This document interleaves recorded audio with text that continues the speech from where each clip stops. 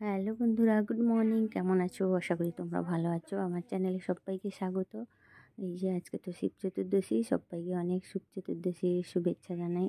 যে সকাল সকাল কাজকর্ম কমপ্লিট করে মা মেয়ে তিনজনে আজ বাজারে যাব। চলো বেরিয়ে পড়ি। অলরেডি বেরিয়ে পড়েছি।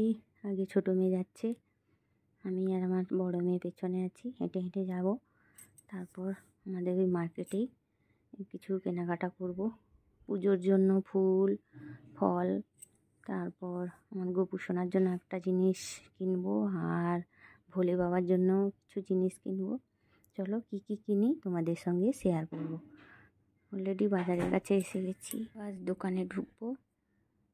চলো কী কী জিনিস কিনি তোমাদেরকে পরে দেখাবো।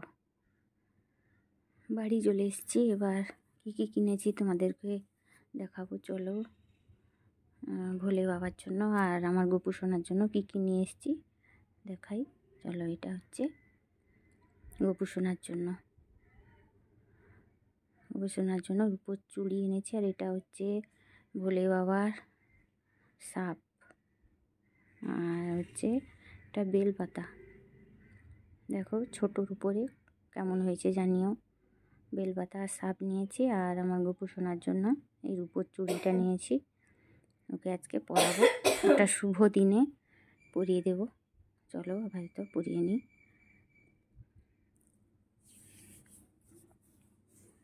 গোপু সোনা একদম রেডি হয়ে বসে আছে, পুজোও দিয়ে দেওয়া হয়েছে। এবার ওর চুড়িগুলো পরিয়ে দেবো। চুড়িগুলো মনে হচ্ছে বড় হয়ে যাবে, কী করবো, ওর তো হাতের মাপ নিয়ে যাওয়া হয়নি, এর জন্য মানে অনুমান করে এনেছি। হোক, এটার সিস্টেম আছে, ছোট করা যায় বড় করা যায়, এর জন্য পরিয়ে দিলাম। দেখো আমার গোপু সোনাকে কেমন সুন্দর লাগছে, একদম খুশি হয়ে গেছে আমার গোপু সোনা।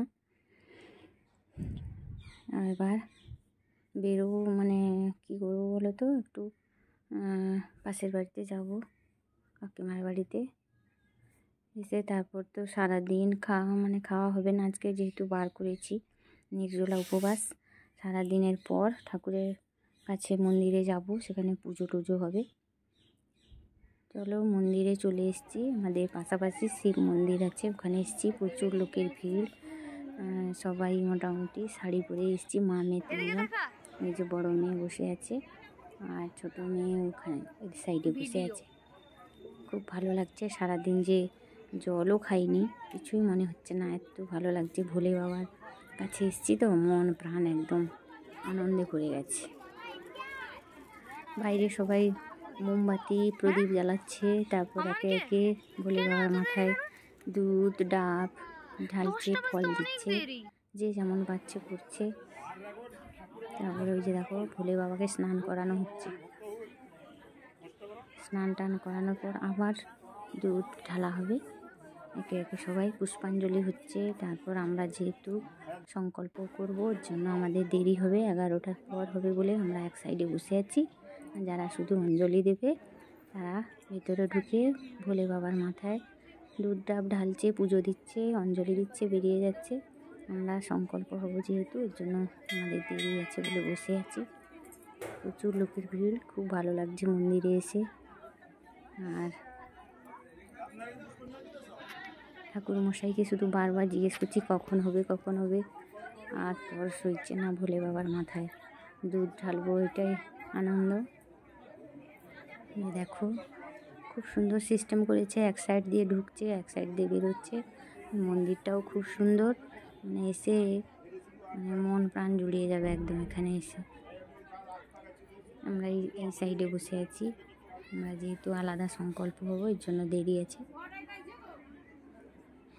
ভোলে বাবার মাথায় দুধ ঢেলে তারপর পঞ্চরণামৃত খাবো। দেখো সব একে একে ঢালছে ভোলে বাবার মাথায়।